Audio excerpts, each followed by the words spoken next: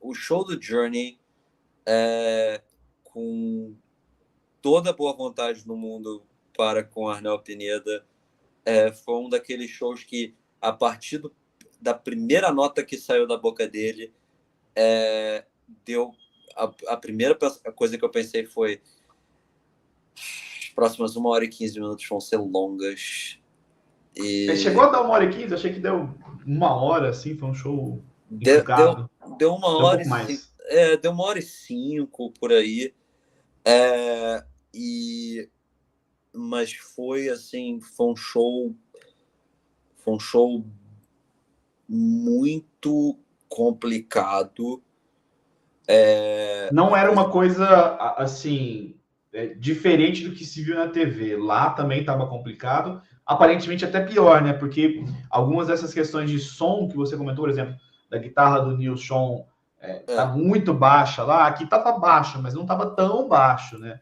E aqui estava um som meio embolado, meio carregado, sabe? Aquele som cheio de efeitos aqui na televisão. Pessoalmente, não sei se estava dessa forma. O som da guitarra do Neil Schon estava muito cheio de efeito mesmo. Ele já toca assim, normalmente. Tipo, ele deve ter tipo deve ter um rack do tamanho de uma geladeira e todos esses efeitos rolando ao mesmo tempo meio que fazem, assim, corre o perigo dele sumir na mixagem na mixagem ao vivo. E foi muito do caso daquela apresentação. Eu fui ver, a gente estava discutindo antes do Rock in Rio, que uma das coisas principais a se manter atento era ver como é que eram as interações da banda no palco, porque tem a treta do Neil Schon com o Jonathan Cain. Só que, assim, a banda não interage entre si. Não, são músicos, cada um no seu ponto. O Neil até sai um pouco do lugar dele ali e tal, só na frente. A banda meio que é dele, né? Vamos assim dizer. O Jonathan Cain é sócio, mas aqui o fundador, de fato, foi ele, né? O membro fundador que continuou. Então, o resto dos caras ficam ali paradinhos e tal. O Jonathan Cain, na posição de sócio, ele até poderia também sair do posto dele e tal. Mas ele é tecladista, na maior parte do tempo ele fica no próprio teclado. E quando ele pega a guitarra, ele não sai de lá. Então, o cara é acostumado, né? Há décadas tocando lá no lugarzinho dele, ele não chama holofotes.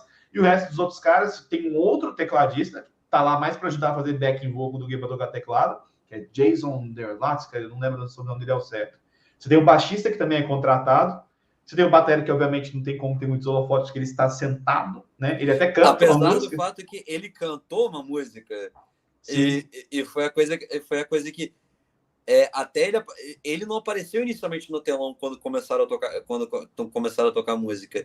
E o Dean, ele soa tanto como o Steve Perry, que eu tava com um outro jornalista amigo meu do lado, e a gente achou que inicialmente era uma gravação do Steve Perry.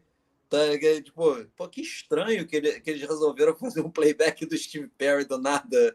Aí apareceu o Jim cantando no telão, e a gente... é o batera?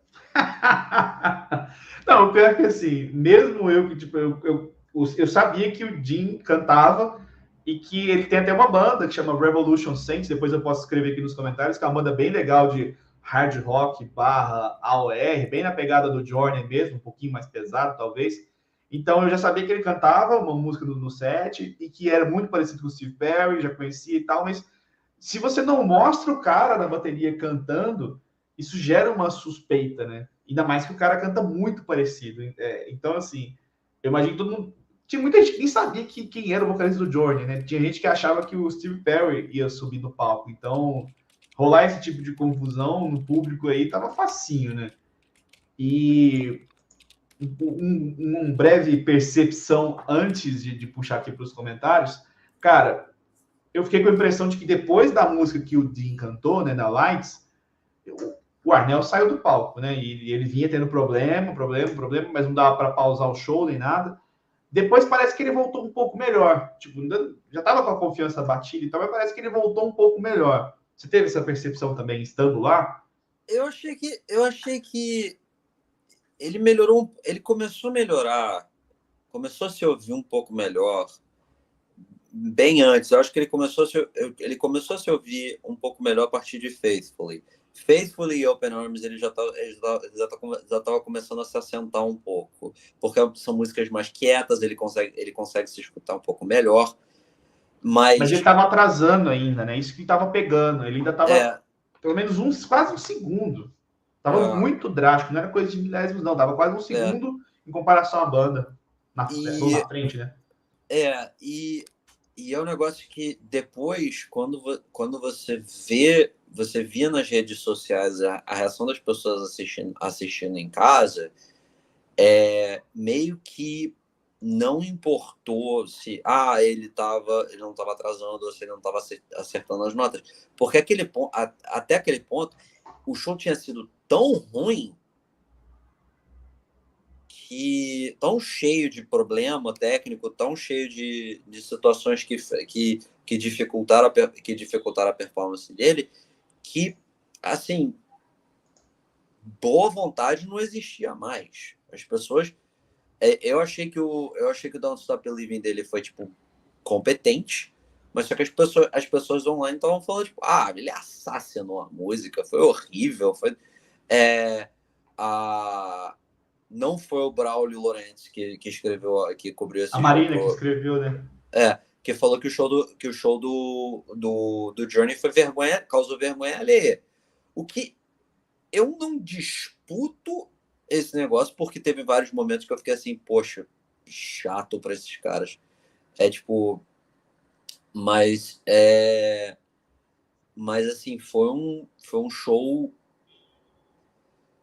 Foi um show, mesmo que se não tivesse, mesmo se não tivessem os problemas técnicos, foi um show assim com problemas que eu achei que a banda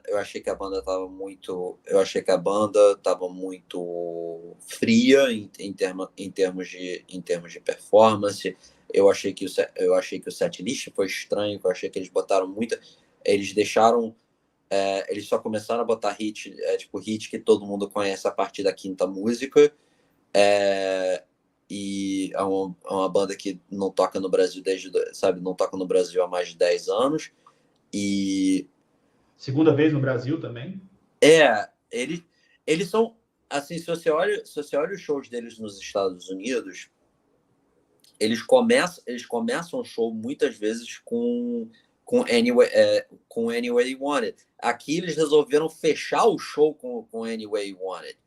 Sim, e lá nos Estados Unidos também é meio que a casa deles. Se eles fizessem um set desse aqui lá nos Estados Unidos, não teria problema, porque lá é o habitat natural deles. A banda é É, gigante lá nos Estados Unidos e acho que no Japão também. Na própria Europa ela não é tão grande, né? é. Não, porque teve aquela entrevista. Você fez uma entrevista uma vez com o Neil Schon, que o Neil Schon falou sobre fazer turnê internacional com o Toto, porque que era meio que benéfico para os dois lados, porque ajudava o Journey fora dos Estados Unidos, enquanto fazer turnê com o Toto, enquanto fazer turnê nos Estados Unidos com o Journey ajudava o Toto. Sim, porque Então, são grandes na Europa, né? Sim. o Deixa eu só puxar aqui uns comentários, porque temos autoridade aqui, Paty Uhum. Siciliano, que é fotógrafa do site. Ela comentou que, de fato, né, a partir da Faithfully melhorou. E ela também comentou aqui que ela decepcionou, né? Se decepcionou, porque ela estava com expectativa altíssima para assistir ao Journey. O show com muitos problemas técnicos, o Arnel, infelizmente, não deu conta de sustentar as notas. Tem um lance também a se comentar sobre o Journey, especificamente dos vocais do Journey, que o Journey é um triturador de cantores, né? O Steve Perry, ele teve outros problemas físicos, né, de saúde e tal, que tiraram ele da banda, mas ele é um cara que parou completamente de se apresentar ao vivo. O último show dele foi em 91, show de 3 músicos, inclusive. O último turnê dele foi em 87, 86, 87. Mas ele cantou recentemente ao vivo, não cantou? Se cantou, deve ter sido às vezes um evento, uma coisa assim, mas eu não tenho certeza. Ele tá com Quando a ele banda foi introduzida ao Rock and Roll Hall of Fame, ele não subiu ao palco, ele não cantou. Quem fez o show foi o Arnel. O Arnel já não estava tão bem naquela época. que é um nível técnico muito... força demais esse tipo de som.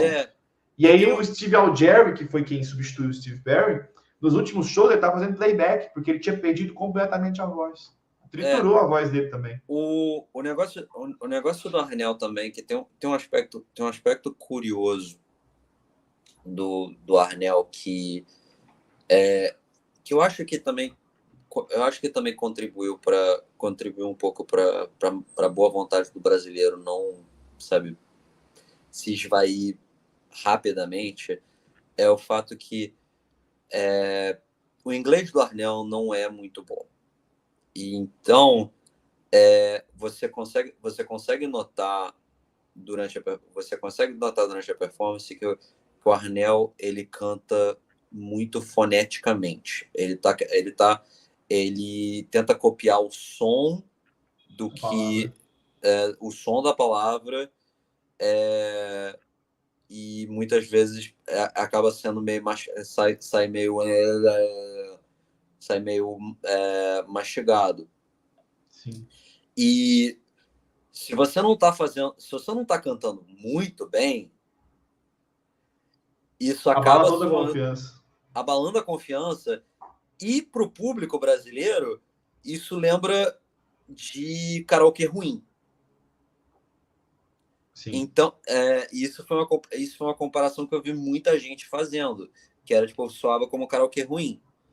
É a mesma coisa que a Paty observou aqui, que ele não consegue articular bem as palavras, né? Para quem não sabe, e inclusive muita gente não sabia, a gente vem destacando isso em todo o texto, o Arnel, ele é filipino, ele não é japonês, coreano, nada disso do que o pessoal está comentando. Ele vem das Filipinas, ele foi descoberto no YouTube, inclusive, né? Numa época que o YouTube nem era o YouTube, né? Em 2006, 2007, ele foi descoberto por um vídeo cover e tal, de uma banda que ele tocava lá nas Filipinas. Ele era conhecido e tal, famosinho ali nas Filipinas, teve o seu momento de auge, depois ele estava vivendo como um cara de um super grupo cover, vamos assim dizer. Uhum. E aí ele foi descoberto e foi trazido para os Estados Unidos, e o Neil Schon, nessa entrevista que você comentou, que eu entrevistei, ele comenta que na própria banda, o Arnel enfrentava rejeição.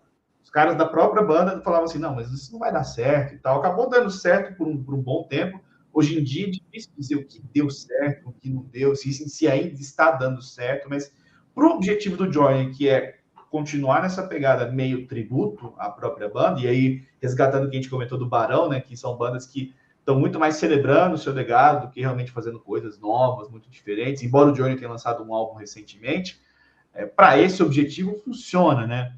E o Thiago Mauro fez um comentário aqui que existe um projeto paralelo do Neil Schon com o Jim Castronovo, né? Que, na verdade, o Neil Schon com o Greg Hole, que é o tecladista original do Journey, né? E o Jim Castronovo é o batera, né? E quem canta, né? O Jim Castronovo canta essas músicas e é uma coisa assim violentamente impressionante. É complicado porque você imagina um show do Journey sem um frontman, né? Daquela figura do cara que está lá na frente do palco. Então não seria também uma decisão viável dispensar o Arnel e tal e trazer o Jim para cantar. Acho que o Arnel ainda consegue fazer um bom show dentro das limitações e tal, mas ele foi tão prejudicado que isso me remeteu ao show do Angra no Rock in Rio 2011, que foi uma coisa assim, a ponto de fritar uma banda, fritar uma formação.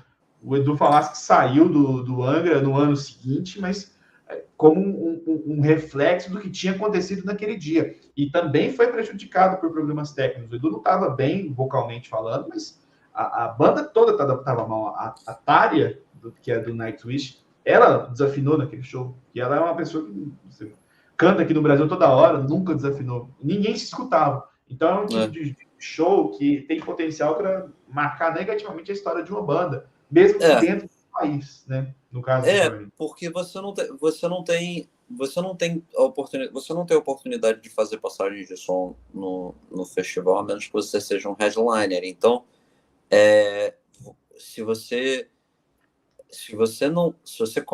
é uma banda cujo som precisa de muita precisão e habilidade para fazer, e por causa disso, se alguma coisa sai do sai do normal e você começa a ter problema técnico, você tá ferrado. Sim. E eu vou só passar rapidamente pelos últimos comentários sobre o Johnny, que obviamente eu já imaginava que esse show também a gente iria se estender mais nos comentários. O Marcelo comentou que ele não sabe se o Steve Perry cantou de fato em um show, mas ele fez uma participação numa gravação. A gente chegou a repercutir essa gravação, teve duas, na verdade. Ele participou do disco da Dolly Parton, que é o disco rock, lá que ela prometeu fazer depois que ela entrou para o Hall da Fama. Eles gravaram Lights, Open Arms, sei lá, foi uma balada que eles gravaram, né? Mas assim, ele gravando poucas vozes, né? E ele participa também de uma música de uma banda chamada The Effect, que a banda tem os filhos do Phil Collins e do Steve Lukather, guitarrista do Toto.